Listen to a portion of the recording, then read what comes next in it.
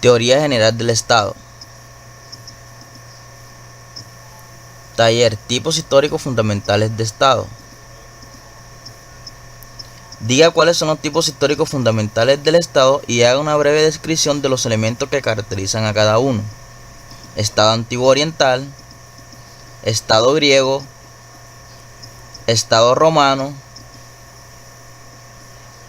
Estado medieval, Estado estamental, Estado absolutista, los estados nacionales, Estado liberal de derecho, Estado autocrático, Estado socialista y Estado social y democrático de derecho. Del Estado antiguo oriental le explica en qué consiste el Estado despótico y el Estado teocrático. Estado despótico, caracterizado por la persona que autoridad absoluta, dominante y sin ningún control constitucional ni limitada por ninguna ley, así con total ausencia de derecho en los dominados, ejercía su poder.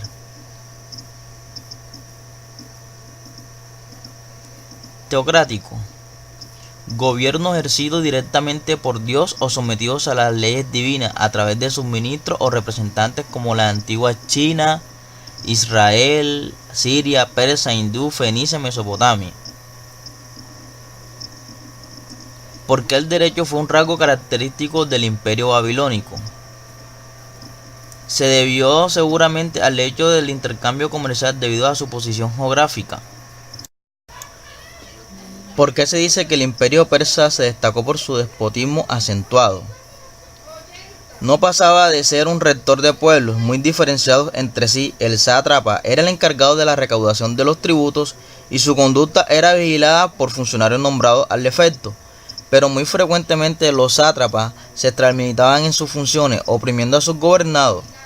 No obstante, lo que se ha reseñado en los estados antiguos orientales, el despotismo jamás estuvo tan acentuado que impidiese la existencia de un orden jurídico o la práctica misma del procedimiento democrático.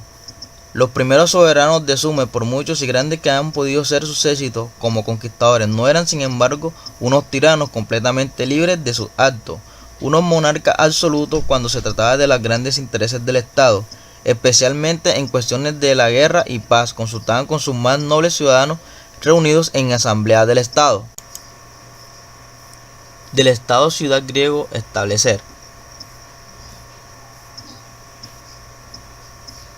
¿En qué estaba fundamentada la llamada democracia ateniense? Estaba básicamente fundada en el funcionamiento del parlamento, llamado la Eclesia. Esta asamblea eminentemente popular se reunía cada 4 veces al mes y en ella participaban por derecho propio todos los ciudadanos. ¿Cómo estaba organizado el poder público en las polis? La organización de los poderes públicos en las ciudades era semejante. Habían 3 órganos políticos: la asamblea, el consejo y las magistraturas institucionales. Constituían desde los tiempos de Homero el mejor medio para evitar los excesos de poder personal. En la base existía la asamblea de ciudadanos, que teóricamente era soberana. Según el tipo de régimen, la asamblea era más o menos amplia, se reunía con mayor frecuencia y estaba o no sujeta a influenciadas a que pudieran limitar su soberanía.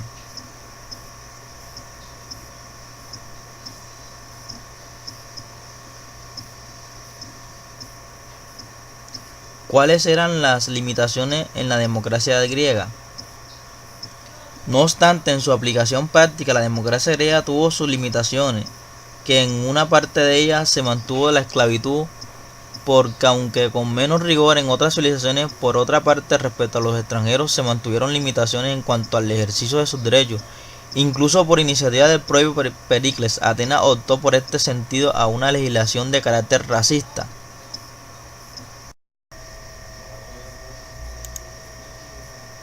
Del Estado romano diga. ¿Cómo era la primitiva organización política de Roma? Prescindiendo de las leyendas que envuelven sus primitivos tiempos, lo cierto es que la ciudad fue gobernada durante los primeros 2 siglos y medio por reyes electivos, designados por una asamblea de ciudadanos notables, descendientes de los primitivos pobladores y asistido en su gobierno por un senado, compuesto por ancianos, La ciudad estuvo poblada principalmente por tribus sabinas, latinas y etruscas. Los primeros 4 reyes fueron Rómulo, Numa, Pompilio, Tulio Ocio y Ancomarcio. Fueron de origen latino y sabino. Los otros, Tarquino el Antiguo, Servio Tulio y Tarquino el Serbio, que reinaron desde el año 600 a.C. Estos reyes fueron elegidos con el apoyo de las clases inferiores, los plebeyos, a ellos particularmente a Servio Tulio. Se atribuye la inicia prosperidad material de Roma, y así como las primeras reformas políticas y sociales que provocaron la resistencia del patriarcado. Los reyes latinos se ocuparon de la primitiva organización interna y también la amenaza de los pueblos vecinos que amenazaban a Roma.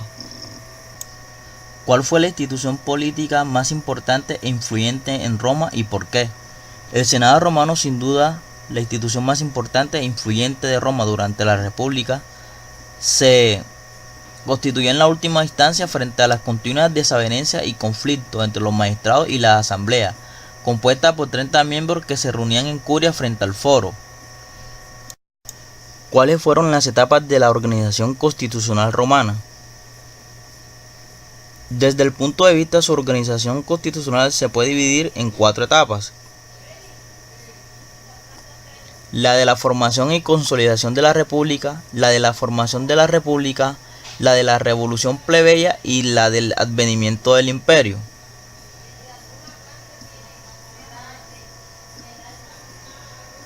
Del estado medieval, ¿en qué consistió el sistema feudal?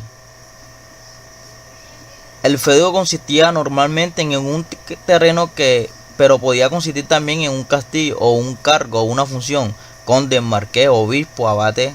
El vasallo debía beneficiarse del feudo sin alterar su sustancia, desmantelar o disminuir su valor, y debía destinar parte de su fruto para prestar el auxilio económico que necesitaba el señor feudal.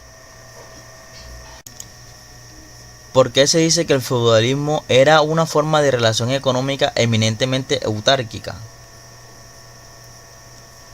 El feudalismo implicaba, además de un esquema político y social, también un esquema económico. Era una forma de relación económicamente inminente, autárquica. La autarquía supone el autoabastecimiento de lo que da la tierra, limitándose los integrantes del feudo. Se limita una manutención dependiente de o que ellos mismos cultiven, de los ganados que criaban.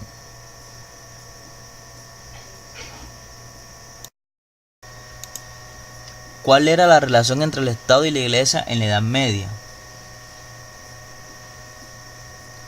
La relación del Estado e Iglesia en el curso de los tiempos, cualquiera que haya sido su forma, siempre ha tenido el carácter de una exigencia formulada para que el Estado la obedezca. Siempre se ha considerado dotada de poder suficiente para subordinar el Estado a su autoridad o a su beneficio.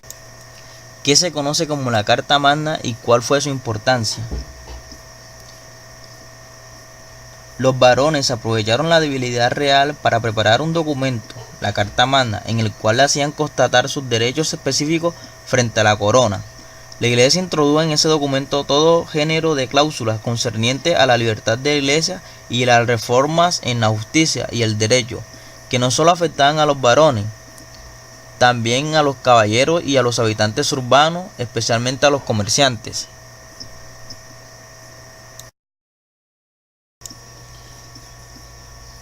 Del estado estamental, ¿en qué consiste el estado estamental?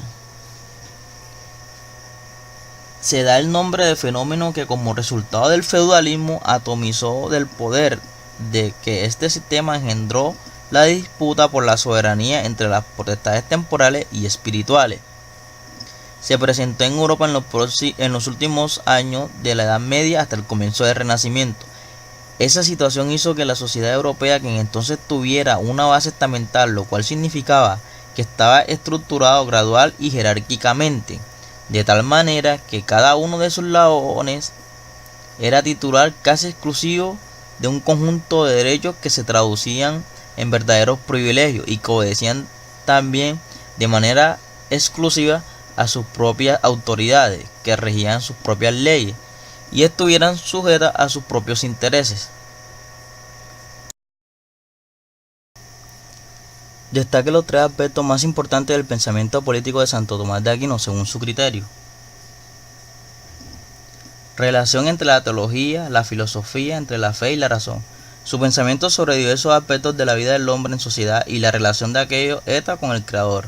El individuo es una parte de la sociedad doméstica, esta lo es igual de la sociedad civil, y por consiguiente el bien del individuo no es el fin último, sino que hay una subordinado al bien de la comunidad.